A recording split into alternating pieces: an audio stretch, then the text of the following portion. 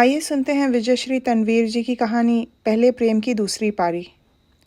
उसकी बेचैनी अब साफ नज़र आ रही है, बावजूद इसके कि वो इसका अभ्यस्त हो चुका है। सप्ताह भर से ये बेचैनी बाकी तमाम संवेगों की तरह उसके वजूद का कोई हिस्सा है, जिसके न होने पर भी शायद वो इतना ही बेचैन होता। हाँ, वो बेचैनी ज़रूर कुछ अलग किस्म की होती, कदाचित इस बेचैनी के ना होने की बेचैनी। दरअसल आजकल यूं बेचैन रहना उसकी आदत सी बन गई है, और अब ये बेचैनी ना निगलते बनती है ना उगलते। उसने पानी के साथ इस अजहद बेचैनी को निगलने की एक नाकाम कोशिश की और पुनः अपनी कलाई पर एक सरसरी नज़र डाली। 5:45, यानी नियत समय से कोई 1.25 घंटा ऊपर। कोई तुक है भला? वो झुंझला उठा। देर से आना इन औरतों की कोई अदा है शायद। बस 10 मिनट और आई तो ठीक, वरना वो चल देगा। गुज़श्ता 1.25 घंटे में वो कई बार ये तय कर चुका है, किंतु ये 10 मिनट मानो एक समत्व काल की तरह उसके आने तक यूं ही इस कलाई पर स्थिर है। कभी कभी घड़ी पर सुइयां चलती हैं, मगर वक्त एक बिंदु पर ठहर सा जाता है। इस समय वह कुछ ऐसी ही अवस्था में है। यकायक मन में कुलबुलाया, कहीं सुनने में तो चूक नहीं हुई। उसने पूरे यत्न से अपने दिमाग पर जोर डाला। उसके साथ अचानक ही पिछली सारी मुलाकातें उसकी आंखों में घूम गईं। सैटरडे 4:30, वेदा, यही तो कहा था। रत्ती भर चूक नहीं। 2 मिनट की मुलाकात में आनन फानन बस इतना ही निश्चित हुआ था। वो हड़बड़ी में थी, उसे ठीक याद है, वो कभी कुछ नहीं भूलता। फिर इतनी देर क्यों? बाहर सांझ सावली हो रही है। जाड़ों में अगर मौसम बरस जाए तो 6 बजे ही रात घिराती है। पता नहीं कितनी देर में आएगी, और क्या लाजमी है कि आएगी ही? संभव है उसे याद ही ना हो। फिर उसने सोचा, वो उससे क्यों मिलना चाहता है? वो क्यों उससे दोबारा प्रेम करना चाहता है? इसलिए कि दोबारा प्रेम करने में कोई नुकसान नहीं। फिर उसे भी भला क्यों ऐतराज़ होगा? वो अपने ही बनाए झंझावतों में उलझ सुलझ रहा है। Sir, order. हाथ में कागज़ कलम लिए वेटर सिर पर सवार है। बीते 1.25 घंटे में ऑर्डर के नाम पर वो 2 कॉफ़ी हलक में उतार चुका है। मुंह का स्वाद बकबका सा हो रहा है, किंतु वेटर को इससे कोई प्रयोजन नहीं। वो निष्ठा से अपनी ड्यूटी निभा रहा है। अब की क्या मंगाए? उसे फिर कुछ नहीं सूझा। 1 कॉफ़ी, उसने रुखाई से कहा। उसके विपरीत वेटर लहजे में मिश्री घोलकर मिनमिनाया। सर, कुछ और? कुछ नहीं। बहरा अदब से मुस्कुराकर पलट गया। अंदर बैठे रहना अब उसे भारी हो रहा है। बमुश्किल ही कोई एकाध मेज़ खाली बची है। ज़्यादातर लोग पीने वालों में से हैं। काश वो एक सिगरेट पी सकता तो कम से कम थोड़ा मशगूल दिखाई देता। लेकिन दीवार पर टंगी नो स्मोकिंग की तख्ती को इस पर भी आपत्ति है। उसका धैर्य और उम्मीद बस टूटने को ही था कि सहसा पसलियों में उसका दिल धाड़ धाड़ बज उठा। वो रेस्टोरेंट में दाखिल हो रही है। उसने अपनी आंखों और हाव भाव में उतर आई उत्तेजना पर काबू किया और कुर्सी पर अपनी पीठ टिका दी। वो बिना इधर उधर देखे कोने की मेज़ों पर नज़र डाल रही है। वस्तुतः वो जानती है कि हमेशा की तरह उसने आज भी कोई कोजी कॉर्नर चुना होगा। 8 साल के लंबे अंतराल के बाद भी वो उसकी आदतों और रुझानों को नहीं भूली। तभी शायद आज भी उसके पसंदीदा नीले रंग में है। गहरे और हल्के रंग की लहरिया साड़ी में कैसी नील परी सी। उसे तसल्ली हुई। बिना किसी औपचारिकता के मगर सलीके से वो सामने बैठ गई। सॉरी, देर हो गई। कोई बात नहीं, वो मुस्कुराया। अरे वाह, बात कैसे नहीं? देखो, मैं आज भी बिल्कुल वैसी हूँ। बिल्कुल वैसी मतलब आज भी वो उससे ही। कुछ सोचकर उसका कलेजा फूल उठा। सचमुच तुम ज़रा भी नहीं बदली। हाँ, आज भी मैं तुम्हारे झूठ यूँ पकड़ लेती हूँ। चट से चुटकी बजाकर वो हंस पड़ी। अपना चश्मा बदल लो नील। वैसी हूँ पर वैसी दिखती नहीं। कितनी मोटी हो गई हूँ। उसने चश्मे पर अपनी सांसों की भाप बिछाकर रुमाल से पोंछने का अभिनय किया और पुनः आंखों पर चढ़ाकर सची उसे गौर से देखने लगा। वो वैसी ही दिखती है। हाँ, बदन थोड़ा भर गया है, किंतु चेहरे की लुनाई में 19-20 का भी अंतर नहीं। वैसी ही अंदर तक घर कर जाने वाली नूरानी आँखें, वैसी ही बेदाग चिकनी जिल्द, वैसा ही मनमोहक अंदाज और वैसी ही कानों में घुल जाने वाली विस्की वॉइस। आज उसके माथे पर चिपके रहने वाली बिंदी का रंग बदल गया है। उसकी सवरी हुई भौहों के बीच हमेशा एक छोटी काली बिंदी मौजूद रहती थी, किसी ठिठौने की तरह। रेस्टोरेंट में मध्यम स्वर में कोई मादक धुन बज रही है, पर बोल उसे याद नहीं, जबकि वो कभी कुछ नहीं भूलता। दरअसल इस समय उसे कुछ याद नहीं। उसका मस्तिष्क जैसे सोचने समझने की क्षमता खो चुका है। उसके बिल्कुल उलट वो बजती हुई धुन के साथ लापरवाही से गुनगुना रही है। कितना अच्छा हो वो पहले की तरह रोज़ घंटों उसके साथ रहे। उन्हीं नज़दीकियों से वो फिर दो चार हों जो उसे आज भी रोमांचित करती हैं। वो फिर एक लंबी पारी खेलना चाहता है, पुराने प्यार की दूसरी पारी। उसने पासा फेंका। ये रंग तुम पर अच्छा लगता है। ओह हाँ, उन्हें बहुत पसंद है, बल्कि नीले रंग के सारे शेड्स, आसमानी, फिरोज़ी, नेवी, उफ, दर्जनों साड़ियाँ, मानते ही नहीं। तो ये रंग इसलिए नहीं कि उसे पसंद है। छनाक छनाक कुछ चटक गया। यादों की गठरी सी खुल गई। वो भी तो हमेशा उसे नीले रंग में ही देखना चाहता था। तब भी वो कुछ यूं ही खींचती थी, अपनी खड़ी सुतवा नाक को सिकोड़कर चिड़चिड़ाई सी। ये भी कोई सनक हुई। नीलेश हो तो हमेशा नीला ही नीला, अपने रंग में रंगना चाहते हो। और वो उसके ड्रामाई जुमले से कुछ और शुद्ध हो उठती जब वो कहता, काश तुम्हारा नाम नीलिमा होता। अब धुन के साथ उसकी लंबी पतली उंगलियां मेज़ पर थिरकने लगी हैं। वो उसकी उंगलियों की थिरकन को एकटक देखने लगता है। कैसे हो? बस ठीक ठाक। वो सावधानी से दाव चल रहा है, हारने का कोई लोच ना रहे। अच्छे क्यों नहीं? वो तपाक से बोली। अवश्य ही उसे टोह रही है। प्रत्युत्तर में वो कहना चाहता है, तुम जो नहीं थी, लेकिन उसके मुंह से निकला, तुम अपनी कहो। तुम्हारे सामने हूँ, खुद ही देख लो। उसका चेहरा सपाट है, नितांत भावहीन। वो अपनी कलाई में फंसी नीली चूड़ियों को आगे पीछे घुमा रही है। उसका जी हुआ उन चूड़ियों में अपनी उंगलियां फंसा दे, ठीक वहाँ जहाँ उसकी नब्ज़ धड़कती है, और किसी माहिर हकीम की तरह भीतर का सारा हाल जान ले। आगे वाली मेज़ पर कोई अफगान औरत मुर्गे की रान अपने दांतों से चीथ रही है, और बाईं तरफ की मेज़ पर एक कम उम्र प्रेमी युगल बियर के घूंट भरते हुए एक दूसरे की आंखों में तल्लीन है। लड़का इशारों के साथ कुछ फुसफुसा रहा है और लड़की अनवरत मंद मंद हंस रही है। उसे यकायक बियर की ज़ोरदार तलब हुई। उसने वेटर को इशारा किया। एक बियर, वेज कबाब, उसने पूछा। और तुम? मैं भी। तुम पीती हो? उसे अचरज हुआ। ओहो, पीती नहीं, पी लेती हूँ। अच्छा, कब से? वो चुप रही। उसने बात बदल कर कहा, मेरा ख्याल है वो एक बुद्धिमान व्यक्ति था जिसने बियर का आविष्कार किया। उसने हाँ ना कुछ नहीं कहा। वो हमेशा से ऐसा ही करती है। जी हुआ बात का जवाब दिया, नहीं हुआ नहीं दिया। लेकिन उसे फिर उम्मीद बंधी, हो ना हो सुरूर के बहाने कुछ कहना चाहती है। बियर के साथ अब वो कुछ मुखर होने लगी है। वो नई पुरानी इधर उधर की बतिया रही है।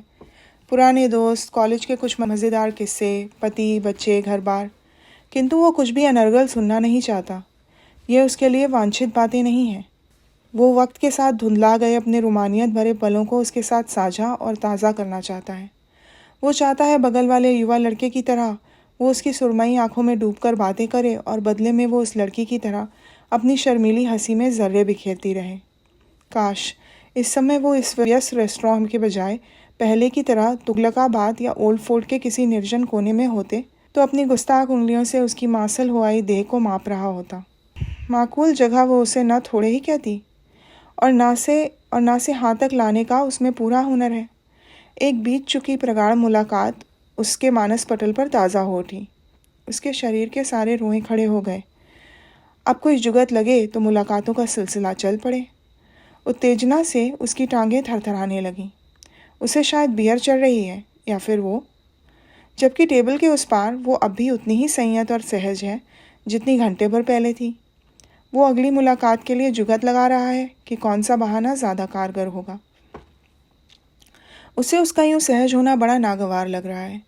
वो आगे की ओर तनिक झुककर मेज़ पर अपनी कोनियाँ टिकाए बियर के छोटे छोटे घूंट भर रही है। बियर के हर घूंट की कड़वाहट उसके चेहरे पर बार बार नुमायाँ हो रही है, जिसे वो अपनी मुस्कुराहट से कुशलता से छुपा रही है। उसे उसका आगे की ओर झुककर बैठना अच्छा लग रहा है।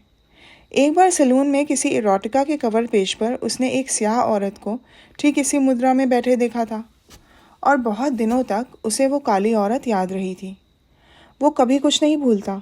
कुछ अगले पिछले किस्सों की बात उसकी बातों का प्रवाह थम गया। वो अपनी उंगलियों से गिलास को टकोरने लगी, किंतु वो बहुत देर तक बतियाना चाहता है। वो जज्बाती हो रहा है। मुझे तुम्हारी हर बात याद है। इन गुजरे 8 सालों में तुमने मुझे कभी याद नहीं किया। वो भावुक हो रहा है। किया ना, अक्सर करती हूँ। वो खाली प्लेट में व्यर्थ ही छुरी कांटा घुमाने लगी। उसे अच्छा लगा कि वो अंततः उसे मुद्दे पर ले आया। मुझे या मेरे प्यार को? प्यार? ये क्या होता है नील? उसकी मुख मुद्रा सहसा कठोर हो गई। मैं तो तुम्हारी मजबूरियों और प्राथमिकताओं को याद करती हूँ। उसकी बाहों पर अप्रियता की कई सलवटें अपने आप ही उभर आईं। चलें? अचानक वो बिना कोई भूमिका बांधे खड़ी हो गई। उसने अपनी धड़कनों की गति में बदलाव महसूस किया। वो अपनी सफाई में कुछ कहना चाहता है। इतनी जल्दी? मुझे जाना होगा, विभू अकेला है। उसने लाचारगी जाहिर की। बड़े मन से ग्लास में बची हुई बियर 2 घूंट में अपने हलक में उड़ेल बिल के साथ टिप के 100 रुपये छोड़ वो बड़ी अनिच्छा से उसके पीछे बाहर निकल आया। उतरते दिसंबर की चढ़ती ठंड। दिल्ली कनकना रही है। हल्की बूंदाबांदी के चलते जाड़ा अपने उरूज पर है। वो कनॉट सर्कल के व्यस्त गलियारे में मंथर गति से गुजर रहे हैं। उनके बीच का फासला अब बहुत कम है, इतना कि उनके डिओड्रेंट की महक और गर्म सांसों की भाप एक दूसरे को छू रही है। वो उसकी उजली गुदाज नर्म हथेलियों को अपने हाथों में भरना चाहता है। उसे कतई समझ नहीं आ रहा है कि वो अपने हाथों का क्या करे। वो बार बार अपने दोनों हाथों को परस्पर रगड़ता है और फिर मुट्ठियाँ बनाकर बगलों में दबा लेता है। 2-4 मिनट बाद कांख से निकलता है और अपनी जैकेट की गर्म जेबों में सरका लेता है। उसे याद आता है कड़कती सर्दियों में अक्सर बस स्टॉप पर खड़े हुए वो अपने बर्फ होते हाथों से उसकी गर्दन को छुआ करती थी और वो अपनी नाक की ठंडी नोक उसके गालों पर चुभलाया करता था। फिर वो अपनी गुलाबी हथेलियों को आपस में मलकर गरमाती थी और उसकी नाक की नोक अपनी हथेलियों से ढक लेती थी और वो प्यार से उसके दोनों हाथों को अपनी जैकेट की जेबों में ठूस लिया करता था। अब कुछ ही देर में वो सड़क पर उतर आएंगे, जहाँ उन्हें अपने अपने रास्तों के लिए पृथक होना है। इसी दौरान किसी तरह उसे अगली मुलाकात निश्चित करनी है। इस उधेड़बुन में उसके मस्तिष्क की पेशियां तन गई हैं। वो अब कुछ निर्लिप्त और अन्यमनस्क सी दिख रही है। उसकी स्थिति को भांपकर उसने खुद को संयत रखने के लिए पनवाड़ी की दुकान से सिगरेट सुलगाकर 2-4 भरपूर कश खींचे। बारिश की हल्की बौछारें उसे उद्वेलित कर रही हैं। वो उससे बिल्कुल सट कर खड़ा है। अच्छा है कि यहाँ 2 लोगों के खड़े होने के लिए पर्याप्त जगह नहीं है। काश ये बूंदाबांदी कुछ तेज़ हो जाए और वे कुछ देर तक और पनवाड़ी की तिरपाल के नीचे उसके करीब खड़ा रहे। पनवाड़ी सड़े गले पत्तों को कैंची से कतरकर अलग करते हुए गले में चिल्लर ढूंढ रहा है। नहीं मिलने पर उसने गर्दन हिलाते हुए 4-6 कैंडी हाथ में थमा दी। वो बेतकल्लुफ़ी से कैंडी अपने मुंह में घुमाने लगती है। अब भी उतनी ही सिगरेट पीते हो? उसकी आंखें सड़क पर लगी हैं। उससे थोड़ी ज़्यादा। क्यों, बीवी नाराज़ नहीं होती? उसने बड़ी सूझबूझ से अपनी आखिरी चाल चली। नाराज़ नहीं तो? उसे इन बातों से कोई ज़्यादा वास्ता नहीं। वो अपनी दुनिया में मसरूफ़ है। अच्छा, क्या करती है? कुछ नहीं, वही बच्चे, घर, रसोई। ये तो तुम्हारी दुनिया है नील, नहीं क्या? वो विद्रूपता से हंसी। वो पस्त हो गया। उसे लगा कि वो भी कैसा अहमक है। कब कहाँ क्या कहना चाहिए कुछ नहीं जानता। उसे खुद पर रोष हो रहा है। सड़क पर आवाजाही रोज से कम है। सर्द हवा हड्डियों को चीर रही है। वो महज एक महीन शॉल में। उसे अनायास ही कुछ सूझा। जैकेट लेती जाओ, ठंड है। मैंने काफ़ी कपड़े पहने हैं। उसने जैकेट उतारने का उपक्रम किया। अगली बार लौटा देना। किंतु व्यर्थ। मुझे ठंड नहीं लगती, तुम बहुत कुछ भूल गए हो। उसने पहली बार उसकी आंखों में सीधे झांका। मैं सचमुच आज भी वैसी हूँ। उन आंखों में शिकायत या उलाहना सी तैर रही है। अब शायद अगली मुलाकात के लिए कुछ कहे। वो अधीर हो उठा, लेकिन अपने हाथ के इशारे से वो बगल से गुजरता तिपहिया रोक चुकी है। अच्छा, चलती हूँ। चलते चलते उसने बड़ी उदारता के साथ अपना दायां हाथ आगे बढ़ा दिया, जैसे भीगी हुई नरम कपास को छू लिया हो। वो उसके हाथ को अपनी हथेली में भरकर सोचने लगा कि बस यही उसकी आज की शाम का हासिल रहा। उसके हाथ में एक नामालूम सी कंपन है जिसे वो पहचानता है। इस सर्द मौसम में भी उसकी हथेली नम है। काश वो उसे अपने आलिंगन में ले पाता। उसके अंदर जज्बात का सैलाब उमड़ आया। वो अभी उसकी हथेली को छोड़ना नहीं चाहता। फिर कब? उसने अपनी सारी उद्विग्नता और उत्तेजना को 2 शब्दों में उड़ेल दिया। पता नहीं। वो ऑटो में बैठ चुकी थी। वो ठगा सा रह गया। उसके पास अगली मुलाकात तय करने के लिए कोई जरिया नहीं। इतनी देर में वो फ़ोन नंबर तो मांग ही सकता था। उसके साथ छल हुआ है। इसी मुलाकात के लिए हफ्ते भर से पगलाया था। ख्वामखा ही चला आया। इस तरफ कदाचित अब कुछ शेष नहीं। वो खिन्न उठा। ये औरतें ऐसी ही होती हैं, अपने आज में मस्त। इनके लिए प्रेम प्यार सब बेमानी है। क्या उसे उसके साथ गुजारी हुई वो अंतरंग शामें बिल्कुल याद नहीं? प्यार नाम के किसी शब्द का कदाचित कोई वजूद नहीं। वो थका सा घर लौटा।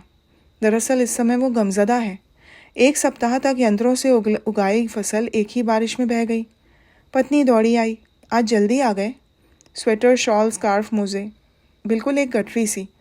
पता नहीं उसे इतनी ठंड क्यों लगती है। उसे बड़ी बेजा शिकायत हुई। औरतों को ठंड नहीं लगनी चाहिए। उसके चेहरे पर एक वितृष्णा सी ठहर गई। पत्नी शायद फ़ोन पर किसी से बतिया रही थी। अच्छा अब रखती हूँ, ये आ गए। हाँ, कल दोपहर में, बाय।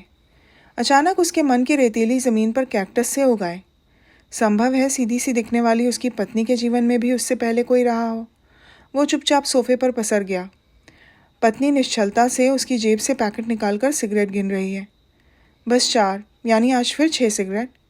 पत्नी के माथे पर एक चिंता भरी शकन आकर गुजर गई। सुस्त लग रहे हैं, उसने माथा छूकर अपनत्व से पूछा। तबीयत तो ठीक है?